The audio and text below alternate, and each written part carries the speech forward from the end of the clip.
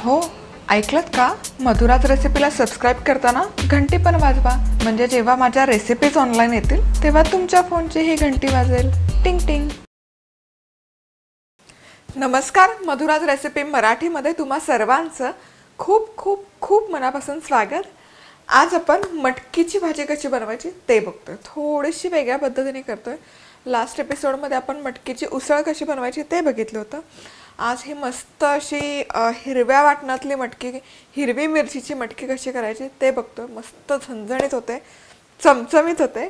तर सगळ्यात आधी इथे पाव किलो मी मटकी घेतली आहे. मोड आलेली मटकी घ्यायची आपल्याला. पाव किलो मटकी करण्यासाठी, मोड आलेली मटकी करण्यासाठी साधारण एक 150 ते 150 ग्राम मटकी घ्यायची. स्वच्छ धुवून घ्यायची 2 ते 3 वेळा. रात्रभर भिजत घालायची. दुसऱ्या दिवशी सकाळी त्यातलं पाणी उपसून काढायचं आणि तसंच बाउलमध्ये एक ओलं फडकं करून ठेवू शकता किंवा मग एका फडक्यामध्ये ती भिजवलेली मटकी रॅप करायची आणि मोड येण्यासाठी एक 2 ते 3 दिवस ठेवून द्यायची. थंडीचे दिवस आहेत, मोड यायला थोडासा वेळ लागतो. गरमी असेल तर एका दिवसात मोड येऊन तयार होतात. थंडीमध्ये एक 2 ते 3 दिवस साधारण जातात. तर ही मटकी आता कुकर घ्यायचा. कुकरमध्ये ही मटकी घालायची. यामध्ये हळद घालूयात, एक पाव चमचा, अगदी पाव चमचा मीठ आणि पाणी. आता हे सगळं मिसळून घ्यायचं व्यवस्थित. झाकण ठेवायचं आणि मीडियम हीटवर एकच शिट्टी फक्त काढून घ्यायची. कुकरची शिट्टी होते तोवर आपण इथे वाटण करून घेऊयात. तर वाटण करून घेण्यासाठी सगळ्यात आधी आपल्याला घ्यायचं आहे ओला नारळाचा चव. खाली थोडेसे आल्याचे तुकडे, दॅट्स ओके. यामध्येच आपण घालतोय एक 4 ते 5 लसूण पाकळ्या तुकडे करून घेतल्यात. थोडंसं अर्धा इंच आल्याचे तुकडे आणि हिरवी मिरची. मी इथे 4 हिरवी मिरची घेतली. बाकी मसाला आपण या रेसिपीमध्ये वापरत नाही आहोत, म्हणून हिरवी मिरची मी थोडी जास्त घेते. आणि कोथिंबीर,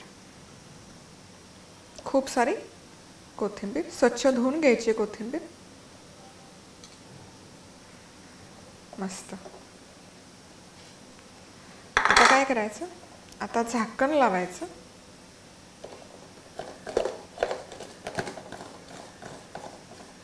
आणि मिक्सरमध्ये याची पेस्ट करून घ्यायची. चला तर मग हे वाटण तयार आहे. खोबरं, आलं, लसूण, हिरवी मिरची आणि कोथिंबीरचं. खूप छान दिसते. सुवास खूप जबरदस्त येतोय. आणि त्याचबरोबर मटकी जी आपण शिजवायला घातली होती ती पण एक शिट्टी झालेली आहे. त्यातलं प्रेशर पूर्ण रिलीज झालं आहे आणि इथे बघू शकता तुम्ही मटकी छान अशी शिजली आहे. ओव्हरकुक नाही झाली, म्हणूनच एक शिट्टी काढायची. मटकी शिजते पण त्याचबरोबर ती अशी मऊसूद नाही होत. परफेक्ट अशी त्याची टेक्स्चर येतं किंवा कन्सिस्टन्सी येते. म्हणून शक्यतो मी एक शिट्टी काढून गॅस बंद करते. तर आता भाजी बनवण्यासाठी इथे 3 चमचे तेल गरम करून घेतलेलं आहे.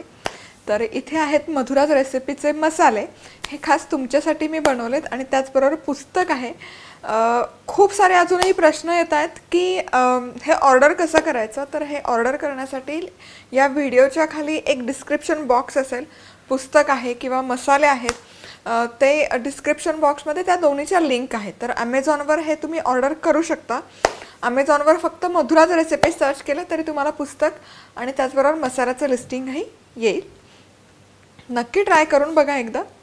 तर तेल गरम झालेलं आहे. यामध्ये जिरं घालूयात अर्धा चमचा, चिमूटभर हिंग, कढीपत्त्याची पानं 8 ते 10 आणि बारीक चिरलेला कांदा. आणि अर्थातच सोनेरी रंग येईपर्यंत आपण कांदा परतून घेऊयात. मस्त अशी खमंग फोडणी बसली ना की त्याचा स्वाद खूप छान उतरतो कुठल्याही पदार्थात.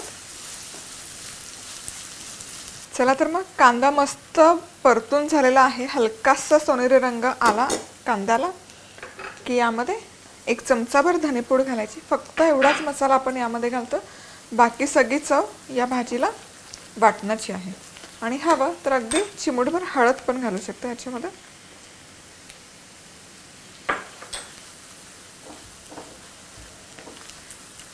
मस्त. आता यामध्ये आपण हे जे वाटण करून घेतलं हे घालूयात. मिक्स करायचं आणि 1-2च मिनिट फक्त परतून घेऊयात. हा जो आलं किंवा लसणाचा जो रॉ स्मेल आहे तो निघून जाईपर्यंत. खूप वेळ नाही परतायची गरज, नाहीतर मग तो मसाला काळपट होईल. फक्त 2 ते 3 मिनिट.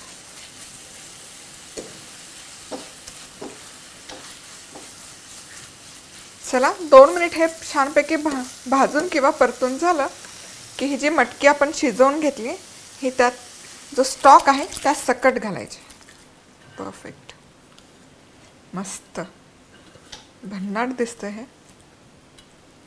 मिक्स करून घेऊयात. मीठ घालायचं चवीपुरतं. मिक्स करायचं आणि आणखी 7 ते 8 मिनिट मीडियम हीटवर छानपैकी हे उकळून घेऊयात, जेणेकरून हा जो मसाला आहे या मसाल्यांचा फ्लेवर या मटकीमध्ये मस्त उतरेल. चला तर मग आता इथे मस्तपैकी 7 ते 8 मिनिट ही भाजी मी शिजवून घेतली आहे. मस्त असे फ्लेवर रिलीज होतो याचा. आहा, जबरदस्त. खूप छान दिसते. नेहमीच्या मटकीच्या उसळीपेक्षा किंवा रस्सा भाजीपेक्षा सुवास खूप छान येतो याचा. मस्त, म्हणजे काय सांगू. कशी खायची? पोळीबरोबर खा, पोळीमध्ये चुरून खा. थंडीचे दिवस आहेत, ज्वारीच्या किंवा बाजरीच्या भाकरीबरोबर चुरून खाऊ शकता. भाताबरोबर पण जबरदस्त लागते. खूप छान. आणि त्याचबरोबर डब्याला नेण्यासाठी ही खूप छान ऑप्शन आहे ही भाजी वेगळ्या पद्धतीची. तुम्हाला हवं तर तुम्ही ही सुकी पण करू शकता. मी इथे रसरशीत ठेवलेली आहे. तर आज वेळात वेळ काढून तुम्ही ही रेसिपी पाहिल्याबद्दल तुम्हा सर्वांचे खूप खूप खूप मनापासून धन्यवाद. पुन्हा भेटूयात अशाच एका छानशा खमंग चमचमीत रेसिपीवर. तोपर्यंत मस्त राहा, खुश राहा, आनंदी राहा आणि सगळ्यात महत्त्वाचं खात राहा.